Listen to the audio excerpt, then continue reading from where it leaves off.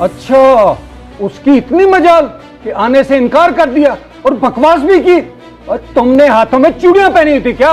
उठा कर क्यों नहीं लाए उसे? चौधरी साहब आपका हुक्म नहीं था, वरना दिल तो बड़ा कर रहा था। और बस बस, हुक्म का बच्चा, जिस काम के लिए भेजा था वो तो करके नहीं आया। ओए, जाओ इसके साथ और उठा के ले आओ उसको, और उसका रिक्शा भी साथ लेके आना। और अगर अब न मिले तो उसकी जो चीज भी हथे लगे उठा लाना।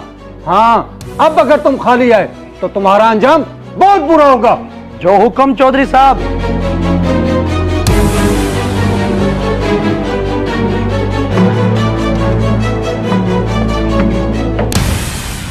चौधरी साहब, मुझे हैरानी हो रही है, अकमल ने ऐसी हरकत की, आपके बुलाने पे भी नहीं आया।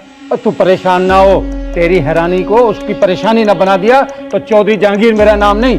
बस तू एक बार उसको आ लेने दे यहाँ। जी चौधरी साहब।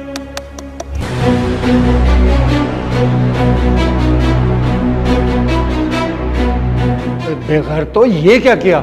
मैंने तुम्हें कहा था अकमल को उठा लाओ, तुम उसकी बीवी को उठा लाए। जैसे अब आपने तो कहा था खाली हाथ नहीं आना, वो अकमल था नहीं, इसलिए हम उसकी बीवी को ले आए हैं। इस गांव की हर औरत मेरी बहन बेटी है। अब जाओ और इसको इज्जत से छोड़ के आओ।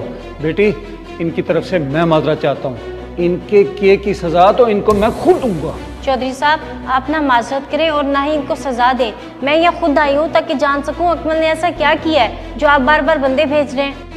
चौधरी साहब, गैर अकमल आया हुआ है। ठीक है, उसको बाहर खड़ा करो। उस गद्दार को अंदर लाने की जरूरत नहीं है।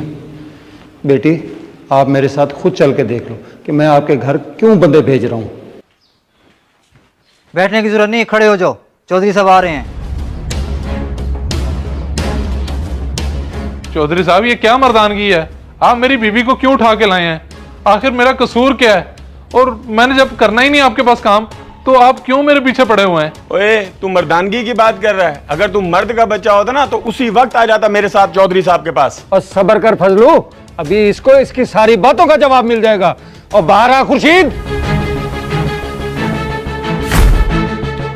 ओ खुर्शीद, देखो जरा इसे गौर से। यही आया था ना तुम्हारे पास गला मंडी, मेरी गंदम चुरा के। जी चौधरी साहब, भला मैं इसको कैसे भूल सकता हूँ, यही तो था, बल्कि मैंने इसे पूछा भी था। अकमल, बोल, अब बोलता क्यों नहीं? कुछ तो बोल अपनी सफाई में। चौधरी साहब, दरअसल बात इस तरह से है, मुझे बड़े अरसे से ना रिक्शे की ख्वाहिश थी। मैंने कहा इससे मेरे हालात बदल जाएंगे, और मैंने सोचा कि आपकी गंदम से चोरी कर लेता हूँ, आपको पता नहीं चलेगा।